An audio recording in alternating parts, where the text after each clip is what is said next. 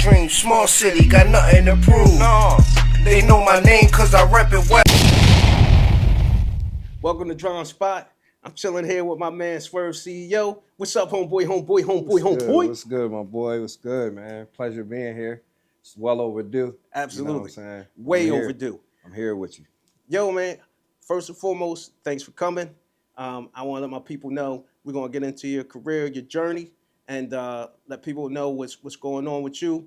Right here on Dram Spot. We'll be right back. About nothing. Absolutely nothing. See, it's my flow to exposure. When you're down, I walk over you like I don't know you. Don't look at me like I owe you. Your friend should have fucking told you. See, it's my flow. Spit it like fire from butane. That new thing. Drum talk about nothing all day, but speak the truth. All right, man. Thanks for y'all tuning in. Again, I'm here with my man Swirv CEO. And like he said, this is way overdue. So I want you to let the people know who you are and how you got started. Right.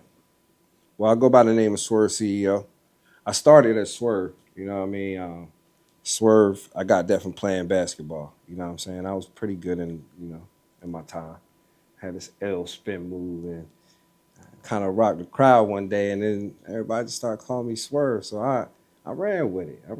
You know, and I added the CEO on as I started going because what I realized was there was a lot of Swirvs in the world. But it's only one Swirv CEO.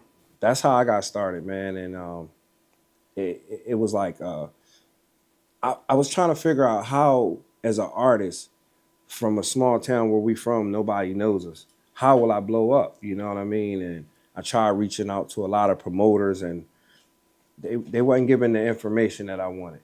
So I became my own promoter, you know, and that's where performing on the stage started for me. You know, again, I did my first show with H-Town. I brought H-Town down, had a ball with them, you know. It was amazing, bro. I did a double show 2 nights in a row. One was in Delaware, one was in Maryland. So that was my first show ever. And how did you get hooked up with that? Man, Jay, it was a man named Jay I met on online. I think we was on MySpace at the time. I'm gonna take Yikes! Yeah, you taking it way back. Yeah, I'm gonna take you all the way back. We was on MySpace, and I ran into Jay. Jay happened to be managing them at the time. So me and another guy from Maryland, I ain't gonna get into no names because we don't really do a lot of business right now. You know what I'm saying? Salute to him, you know, whatever it is. But we were supposed to be doing a joint venture. Things didn't go right, so I had to uphold that and keep it together because my name was on it, and this was my first situation, and I ain't want to look bad, bro. So I followed through with it. Again, rookie, didn't know nothing about the promotion game. I was thinking you have a little bit of money, that's all you need. You know, it was a lot more to it, bro. But we did have 2 good, successful shows, and that was big doing it with them for my first show ever. Okay, so the music that you perform, original beats? Well, I ain't even gonna lie. We didn't have the producer side by side like that. We was getting them off of SoundClick. Okay. You know, again, I know this might sound ancient to some people, but that's where we was getting them from, SoundClick, and shooting our best shot. You know, a lot of the producers in the area, they had their picks, bro. So if you wasn't clicked up in a certain click, they wasn't really trying to feed nobody no beats. They had their mindset of who should be here, who could take this to the next level, this and that. So SoundClick was our best choice at the time, you know what I mean? Where we could control our own destiny and do what we need to do. Yo, what's up, y'all? It's your boy here on Dram Spot, and today we got Swirv CEO in the building. And trust me, you're going to want to kick back and ride this one out, because we're spilling the real tea on how doing features with signed artists used to go down. We'll talk about who Swirv collabed with, what was smooth, and all the wild headaches that came with it. So stick around for more Swirv CEO on Dram Spot. I'm glad you said something about collabs though, man, because like that's where my shit really sprouted for my career when I got into doing the collabs. Tell me, some of the people we work with. I know for a fact recently. I guess we'll come back to that. I'm gonna just take it there. You know, everybody out of Philadelphia, pretty much, other than Meek Mill, maybe Lil Uzi Vert, you know, guys from like Cheek Raw, Ness, all the way up to like Gilly the Kids. I done worked with them, got songs with them, and done multiple shows where I brought them in my cities where I lived at and threw a party, you know, and showed the people my work on the real grounds I was walking on. So Philly was close to me. So I started with Philly. I met Emilio Sparks and them, and they were doing like filming on like state property at the time. And then I was running around also with Reed Dollars. Reed Dollars was pretty hot in Philly at one time too. You know, it was either Reed or Meek, Right. you know, and I was running with Reed at that time, and me and Reed got a lot of history too. So it's been a lot, man. Like what I say, from the collabs and the people that I know from Philly. Shout out to Philly. Philly gave me a real chance, man. Philly was like a second home to me. You know, rest in peace to my mom. I lost my mom. My mom died in Philly. So every time I step grounds in Philly, Philly owed me one. I heard that. You know what I mean? So, and outside of the music, again, I always had a red carpet, and still to this day, man, the respect level is there. You know, again, like I named Sparks. Me and Sparks got over 20 years in the game. Like I was bringing him down when he was the young gunner on the movie, and now, you know, he's damn near like the OG on the West Side. You know what I'm saying? So Right. to have that type of history and people that you don't, we've never had no bridges burned. You know what I mean? And you don't remain friends with people for 20 years unless you're a good person. You know what I mean? But outside of that, speaking of Philly, I did a joint with Cannabis back in the day. Cannabis was battling with LL Cool J. And see, Okay. me, again, we didn't have the internet like we have it at our disposal now. So I was just trying to stay as current as I could. I'm like, shit, Cannabis fighting back. You know what I mean? He putting up a good fight. Like I couldn't get the LL feature, couldn't afford that. I ain't Right. gonna lie, you know. But Cannabis was a little more reachable. Shout out to my cousin Anonymous as well. Anonymous was a big part of my start of my career. This is my real cousin, my family. We played high school ball together, everything. He the only artist on the Eastern Shore that really had music in stores, like the Sam Goody, the FYE. It was called Analogy. For those who don't know, because you know, I mean, there's Sam Goody was like a major chain across the United States. There, in addition to mom and pop stores, Right. that none of these things exist anymore because Right. CDs and records barely. I mean, they're doing quick runs for them, but they're not prevalent like they were before. The only way your internet or your best possibility of meeting somebody that was in the business was going to either a Sam Goody or a Right. mom and pop store, and you'll have promoters who took rappers around and do in stores, and you might make a connection that way. DJs worked in the store, and the next thing you know, they're on the radio, and you get, you know, that was the way that you networked, and you know, you would sit in there and look through these records for hours, or just hang out at the record stores, Right. and that was the way we connected a lot back in the day, you know, and that's just the little gem I'm dropping for, Right. you know, some of the younger folks not trying to bridge the gap between the communication, because Sam Goody definitely don't exist today, and Nah, that's not man. how they getting their music. And see, we had them on like they were on the shelves in Walmart too, like Walmart, you know, your Targets, different places like that where you could actually grab a record. That's what I'm saying. Not, you know, some people had them in certain stores, mom and pops, like you say, maybe corner stores. That's not the same. I'm talking about something with a real barcode on it, recognized in the world. You know what I mean? Yeah, well, And during the later part, especially, you know, a lot of the mom and pop stores, they were doing the barcode thing. They got the systems. You know, it wasn't as fast as, like you said, a yeah, Tower Records or you know, the store you mentioned, Goody, but they were doing their thing. So, but the fact of the matter is, these things really don't exist anymore, and they were intricate part of hip hop culture back in the day. right, You know, real. I mean, like there are record pools now, but it's different. DJs would come and promoters. Like when we were doing record promotion, people would come in. We had stacks of records everywhere, and DJs would just come weekly and do a pickup for all the new music out there. So right, it was definitely, the record companies had a machine that was running across the country, and it was an expensive network that people don't have quite today. It still costs a lot to promote a record, but some of that is price gouging. When you download a CD or a record and somebody's charging you $16 and there's no plastic, there's no insert card, no real artwork being done. You know what I mean? It's all generated by AI. It's all cheap, and they're still charging you like you're going to pick up a CD. They're just price gouging because there's nobody physically delivering it to the store. Like there's no UPS shipping or a big truck coming with a whole bunch of material paying for distribution and things like that. So I mean the Right. game has definitely changed, and it's a lot less. A lot of people complain about how lucrative it is or isn't. Me and Emilio Sparks was on the show last time, a couple weeks ago, and we kind of had that conversation about how the game has changed. Yeah. You know what I mean? How you feel about it? I mean, it's definitely changed again.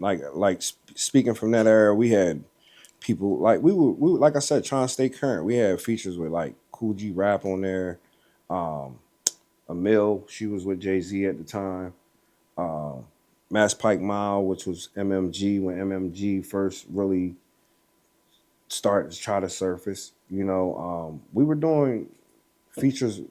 Actually, J Hood, I can remember we did a joint with J Hood when he was with D Block.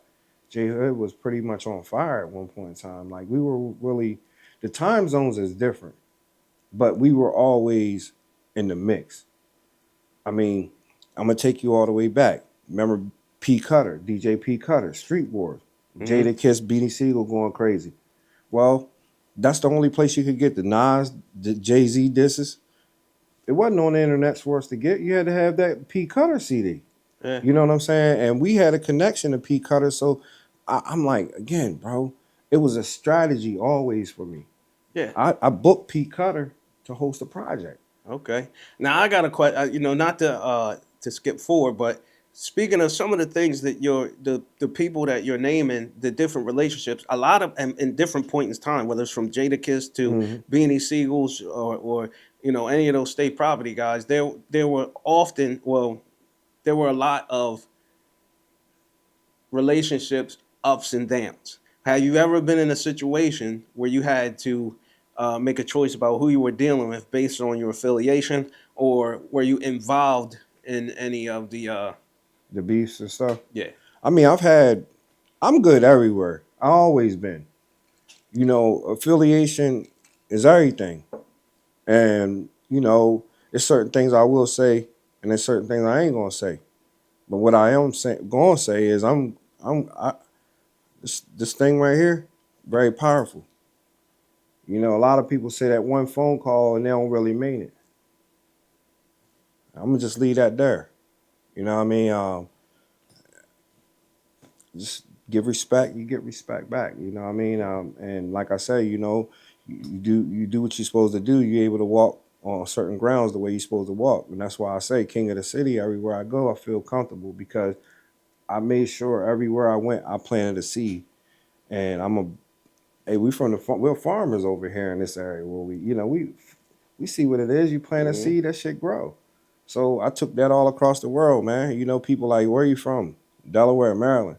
Where the hell at? Well, where y'all went to school at? First state.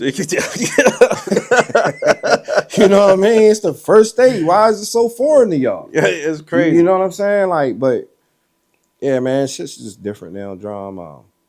It's a blessing to be able to grow from that era to be in this era where we at now, where things is going 1,000 miles per hour right now. You know what I'm saying? Yeah. Games constantly changing every day.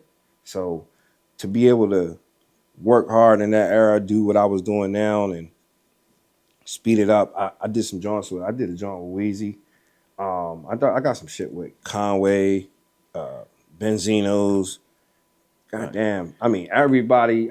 Bro, I got so many features I can't even remember. So speak of these features. So there was a time. I'm gonna give you a prime example. I don't really like name dropping or anything so. I had my record. There was basically in Delaware, in Wilmington. It was either you were going to Whirlwind or you were going to Master Sound Studios.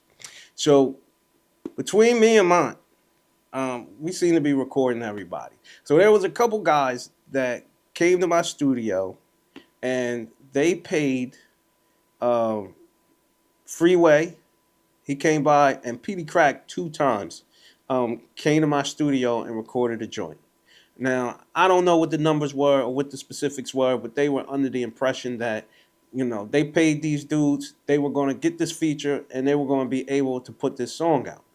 And when they went to the label, they were hit with, I don't know if it was a letter, a cease and desist, or somebody just on the phone told them, like, you put that out, you're going to have problems.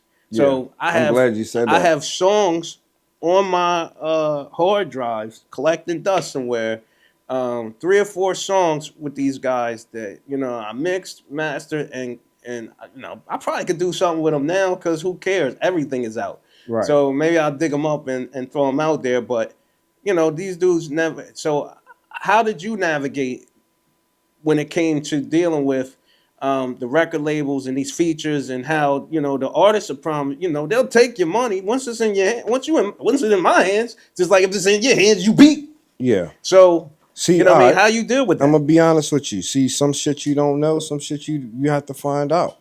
And like with the Wayne joint was fun at first, but like you said, when it come time to try to release it and do what you need to do, I ran into so many problems. So it started to discourage me a little bit because everything I always say I would do, I was able to show people, and all I could do was really let them listen to it. And that was just like killing me, bro. Like, Right. damn, man, I can't really do nothing with this play. That happened with me on that one, and So how do you feel about not? I'm sorry. You know what, man? That this kind of topic kind of excites me. I think I apologize. I feel like I kind of cut you off on the tail end. But how do you feel about like what I said a few minutes ago? Like, I still have these songs. You still have those songs. The label situation that these guys were on is different now. Some of them they're out of their contracts, out of their obligations. Do you intend on releasing any of that music, or? I'll probably just keep it for keepsakes. All the records that I had trouble releasing turned me into a different machine, bro. It made me start realizing when I book you for the feature, that I'm a hustler. I'm not worried about putting it on these DSPs and getting no pennies. Mm-hmm. So I started taking the plays, putting the cover arts out, circulating it, letting people see, oh shit, he really got it right. Right. Now, I look at it like this. If I put it on DSPs, I might have made a couple $100. Right. But what I was able to do was to get 500 or better for a feature from an artist like me and you. People, yo, man, I'm trying to work with you, man. How much you doing it for? I wanted to stack, but I take the 5. So I'm doing like 8 of these joints a month. You know what I mean? 4 racks. I wouldn't even make 4 racks off the DSPs, even with Wayne. You know what I'm saying? Right. Unless I had X amount of dollars behind it. So I understood what it was. This game is about not always what you got. It's what you can show them. Right. Because some people can show you a lot and ain't got shit. Some people can show you a little bit and got everything. You know what I mean? So you got to know what you're dealing with and what you're looking at. But it made me. That shit like that made me, bro. I don't even care about it. Because, again, when you're a hustler, you like, I'm going to take that. It's just like the street. You take that. I'm going to move it like this. I'm going to shake and bake it over here until I got to get me a new batch. Now I'm going to get me another feature. Right. No matter what the quality is, you're gonna work it like. They stopped me with the Wayne one, but Cash Out was hot at the time, so I did a feature with Cash Out, free Cash Out too, man. Now what I mean, that's my guy though, solid dude. But that's the type of mindset I had. Like, it shut me down over here, so I'm gonna go get another play that's hot right quick. Everybody listening to it over here, so let me, you know what I'm saying? Let me shake and bake. All right. Yeah. So speaking of which, you know what I mean, just, and then, we can move on for the future things. Yeah. Same thing I'm going to say that I said with Emilio. I had a blast with you down in Miami. Like the stuff that was going on down there, um, the response and the way people gravitated to us or you. I don't know. I was just there. You, us, whatever. Yeah. You know, I was with y'all, so I'm putting. I felt like a star down there too. I mean, they know a star when they see it, man. We wasn't reaching though. Yeah, You got to be honest, bro. You know that shit was just natural and organic, bro. We wasn't reaching. We wasn't going out there acting different. We was who we was, bro. And the magnet, it was just drawing them, bro. But Dram, what went on in Miami stays in Miami, dog. Hey, Like, man. you know, like nah. Not all of it. I'm messing Not with you, all dog. of it, bro. I'm messing with you, dog. But for real, we had a ball, man. We was able to go out on the yachts, do some filming. A lot of behind the scenes. I think outside of the fun we had, we got a chance to really get to know each other a little more too. Exactly. I think you really seen like, damn, this motherfucker really serious. You seen it. Right. You can hear it all day long. You feel it. But you know what I'm saying? And I think that's where it really happened. yeah, You know what I'm saying? And me too, with you. I learned more about you. And sometimes when you meet good people, it make you look at what's around you. right. And you start to want to evaluate. What you helped me do was open my eyes up. Because I said to myself, boy, if these niggas around me ain't going hard like this, there's something wrong. Right. I There's mean, something wrong. I got, I got 98, 99% of everything that I needed down there. I mean, like it got my Instagram lit. It's got, Yeah. it was a good trip, and Yeah. Met some know, good people, man. yeah. Some celebrities, some on TV stars. So I don't know how. Like I went down there with him. You know what I'm saying? Nah, what? I went with you. No, homie. I went down there with him. Yo, no, we I ain't don't gonna even do know that. how. Drum I don't know how. Drum, it was your trip, dog. For real. I maximized. I definitely maximized while I was down there. But I went down there with him, and I get down there. I get to the airport. Sparks is with me, and you know what I mean. Everything just. It was just like it happened the way it was supposed to happen, in my opinion. There were some things, that we had personal goals that you're not going to get everything. Nah, but we stood tall though. Yeah, we did. I give it to us though. We didn't do it perfectly, Right. But boy, you wouldn't have knew we missed the beat. Only we knew we missed the beat. Right. You know what I'm saying? And that's how it's supposed to be. Yeah. So I'm not going to burn it up on that. I'm just going to say it was very productive. I got Drum, we got on TV. You can't not tell them this, bro. Like Drum, we had a chance to film on live TV. We was on Love and Hip Hop. Like my boy Drum went out there. I swore they gave Drum a contract, man. Because listen, Drum was running around that joint like he been there before. You hear me? What I'm saying? I'm looking at other people like, damn, boy, they ain't doing that right.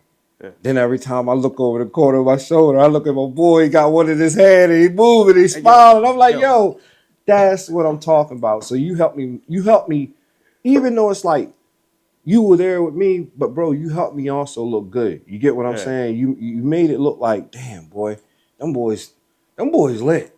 Yeah.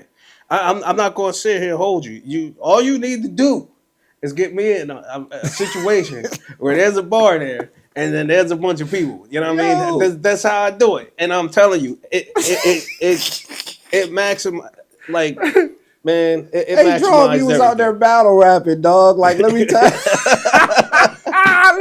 y'all.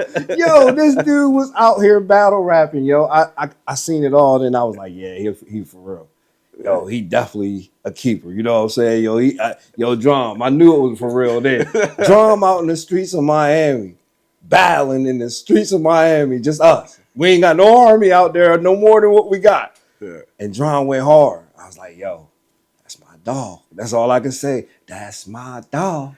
You know what I mean? After that bar tab, all I got to say is, I don't know what I said or what I did. It just poured out of me. Whatever it was, how good it was, whatever. Because they might have been drunk too, so it might not have been what he thought it was. Yo, you killed it though, Drum. Hey. I thought you really was a battle rapper. Like, I mean, I heard you rap before, but I didn't know you were gonna do it like that, man. I Hey. was like, damn, man, I might could throw him on smack for a round, a one rounder at least. You know what I mean? Yeah, 1 round. Yeah. My dog went out Miami and turned it up though, man, for real. Yeah. It was love though, but that was dope. We was in there with Trina and them, just to let everybody know, man. Excuse me, it was some big people in there. We had Trick Daddy in the building, all the love and hip hop stars. Zoe Brinks, shout out to Zoe. We got a new song on the way. Min Ling, which is Nicki Minaj's sister, she was in the building with us. Yep. We did a show the night before. She opened up for me at the show. Yeah. You know what I'm saying? So it's like we had a lot going on, and also Dram. I can't forget the moment that we had, bro. Thank you for that record, bro. Oh yeah, bro. oh yeah. We went into the studio with Eye Candy, the hottest female right now in Florida. Yeah. And banged out a record.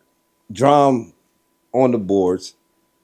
You know what I'm saying? And I did what I needed to do. Eye Candy did what she needed to do. That was an iconic moment, man. And I can't wait to give this track to these people, bro. You know what I'm saying? I think we should give them a sample here soon, though. You know what I mean? Yeah, man. I got an actual some actual live footage of the video Okay. of us in the studio with a little bit of it playing in the background. Hell yeah. You know what I'm saying? When I produced this, when you asked me to produce this track, I was honored. And then the fact that you know, it was outside of, you know, I'm a boom bap guy, but I have been trying to ride the lane in between boom. Like I'm trying to make my own little style between the underground boom bap with a little bit of the modern drum sounds, right, and the way the drum rolls and hi-hats to kind of combine what we were doing back then, but get the younger folks who really want to flow an opportunity to get down on some of my joints. So when you asked me to put that together, I was nervous, and I'm just glad it came out the way that you were looking for. Yeah, bro. It started with a vision, and you heard me, and you went with it, and we got a masterpiece now. We got something serious. We just can't put it out any type of way. That's a type of record you do play ball with. I feel like you got a good shot, you know, do a dope video with Candy. Yeah. And really put the treatment into something like that the way it's supposed to. You know, every song can be dope, but some situations you're supposed to take advantage of. I do think we got something with that one, man. You know what I mean? Definitely. And so the song is relatable. I feel like it's a reference to a hit song. Mm-hmm. You know, that's what's happening in the industry right now, and they bringing it back. The sound coming right back anyway. Now where you got to rap. You know what I mean? And I'm comfortable. I feel like my pen heavy. Yeah. You know what I mean? Yeah.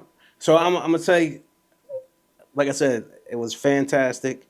The people from Love and Hip Hop and you know, we were there initially again filming a kind of like our own show, a little spin-off, you know, so that should be coming out soon. And then with all the people from Love and Hip Hop, they kind of invited us over to the actual show, and the whole time in Miami, it just felt like, you know, they were very receptive. So shout out to Miami, Hollywood, Florida, and even Ice Spice and them reached out to us while we was out there too, man. Shout out to Ice Spice and her team. I can't forget, man. It was so much stuff we had to turn down, man. Right. You know, we couldn't do it all, but we are going back to Miami. Shout out to Dram, man. I really appreciate you, my boy, for real, man. Oh man, shout out to you. Yeah. We also have some new business coming up. You know what I mean? Yeah. Hopefully, it's going to bring a new aspect to our show, and maybe even a couple. We'll start producing a couple more shows down the line. But right now, we're going to get it in on the game. My man chose the game. Tell him. Hey, man, I was ready for whatever, man. You know what I'm saying? John, I ought to beat you in your game. You know what I'm saying?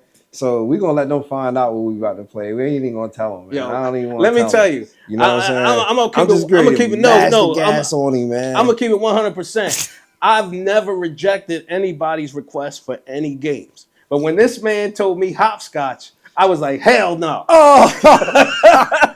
Yo, yeah, he had. You know what? He had one too many of these. I see what happened. Yeah, I get I what's just going can't on. do it. I just can't do it, man. So, yo, stay tuned for the next segment of I Win. Man, shout out to Dram Spot. Y'all know the vibes.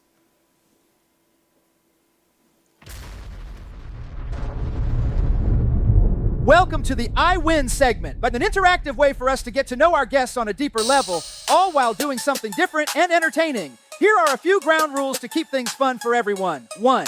Guest picks, the game. You choose the battleground wall, whatever game you're most confident in, no excuses. 2. Answer while you play. To make things interesting, you must answer all our questions during the match. Miss a question? That's grounds for disqualification. Our team's goal? Keep the audience informed and keep you distracted.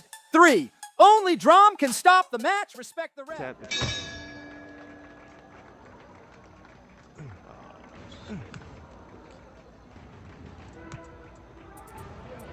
You alright? I don't know what I'm doing, man. You don't know how to fight? Nah, I ain't happening. Oh, okay. You got it?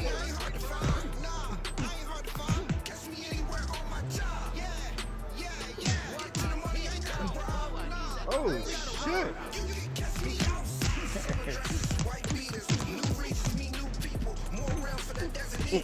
Hey, you gonna ask him any questions? I will, but hold on. It got real. Hey, he spent the whole circle. All right. So, being from who you from, what's the football team down in that area? Where am I? Yeah, Where, Maryland? yeah. We got the Redskins. The Redskins, right? They ain't the Redskins no more, they the Commanders. Oh my God. Yeah, Dude. yeah. I don't think too many questions. I think you might have won that round. I'm talking about you better ask me some questions. Let's go. He's like super short or something. Hold on, man. Hold on. Back up. Oh, there you go. So then basketball, I'm assuming is the Bullets, right? Or the Wizards.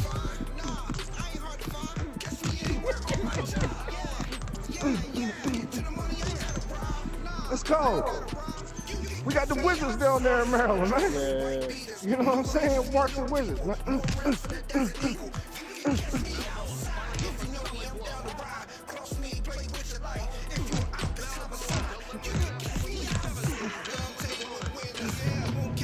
Let's go. Yo, man, you face So it. Swirv, how old were you when you got started in music? In the music? Yeah, I was in high school, man. Probably about 17. 17. You know, 17.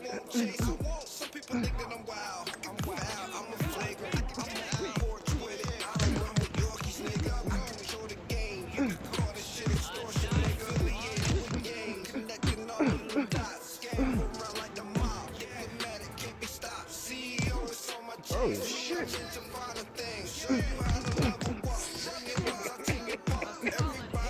He was spinning around the whole kid. I was turning in circles too. So What we doing, John? I don't know why your arm through your back. You ain't holding your fist right enough. it looked like he keep rubbing his hand.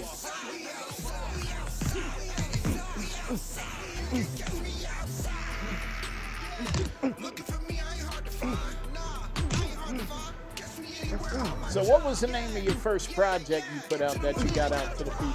It was hosted by DJ Unk, man. It was called The Rebirth. The Rebirth, okay. Did you have any features on that album? Or on that project? Huh? Not at that time. Hold on, the screen up. He didn't say he was ready. The screen's still up there. You can ready punch the wall. I feel like, is he facing? Hold on. Yeah, he's facing it. Yo, you got to turn around, bro. You ready to punch yourself in the wall. Well, you facing sideways. He's all right. He wasn't in front of the wall, but he moved a little bit.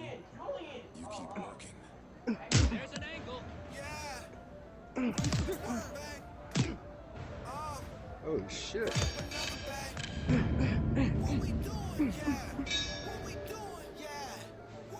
Where we at with it? Where the questions at? Yeah, where the questions at? Oh man. Huh? Where we? So what year was that first project put out, the one hosted by DJ on? It was in the 2000, maybe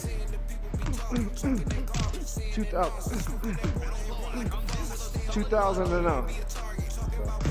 What producers did you work with on the project?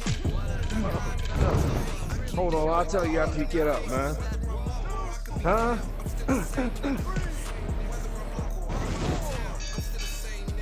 All right, I work with at that time, man, I was getting beats off the SoundClick. I ain't really had no real producer though.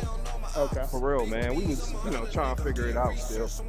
I got you. So who was the first producer that you linked up with? Chronic. As far as local. Right, was he doing the bulk of your production or just seek them out for a couple?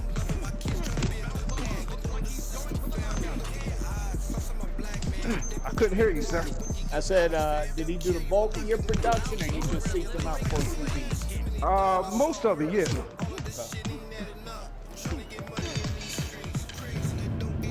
Most of it. So what project are you working on right now? I'm trying to drop this project called King of the City, man. King of the City. Long overdue. Who are you working with production-wise on that? Shutdown Productions, Chronic, which is Shogun Music. Any features on the project? Woo! How I get up? You got run. Oh, you got run like you running. running. Use joysticks to run back and forth. Oh, you got it. Oh, you set me up, man. I see what's going on here. I see. Yeah, I was saying, any features on that project? Oh yeah, I got plenty of features. Can you name a few, or you want to keep it close to the chest? I got Emilio Sparks, Benzino on that joint. Eye Candy.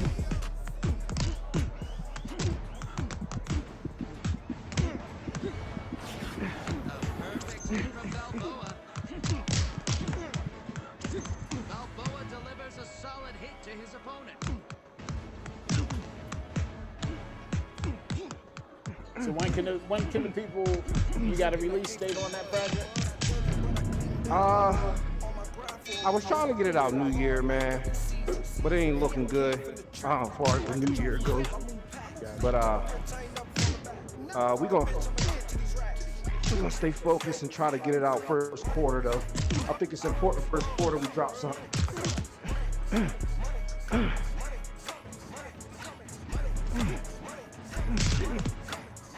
Oh shit.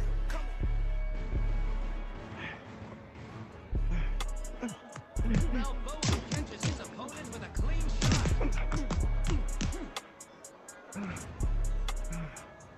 Let's go, baby. Let's go, baby. I don't know yet. Huh? So why'd you pick Rocky? A hard punch from Balboa. It speaks for itself, man.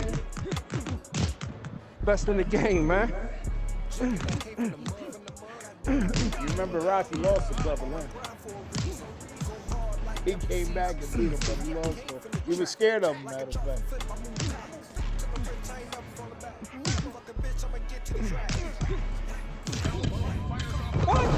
Double knockout? Crazy.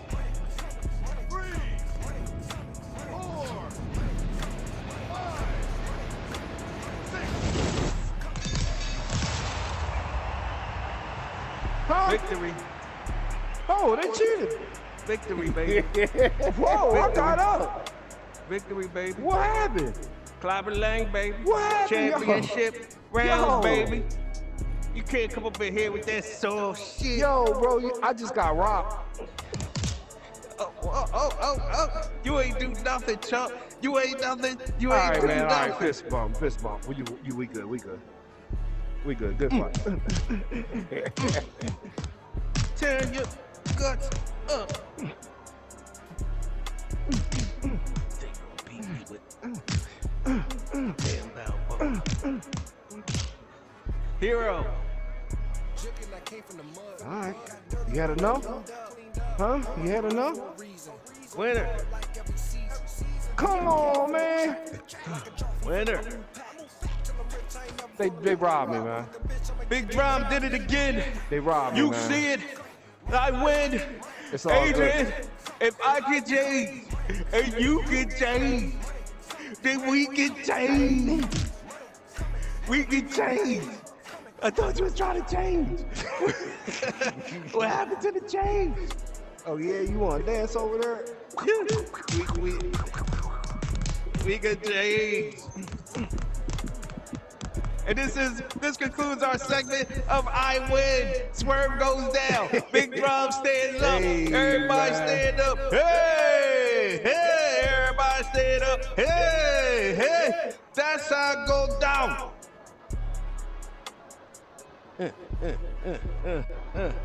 Yeah, boy. And what y'all talking about over there? I don't need none of y'all. I don't need none of y'all. I don't need no fans. I don't need no fans. Put your hands down, chump. You see the winner? Big Drum, baby. I win. All right, man. I'm hot. I'm cooking. Oh. Yeah, I came from the trap. Like a drop from flip, I move past.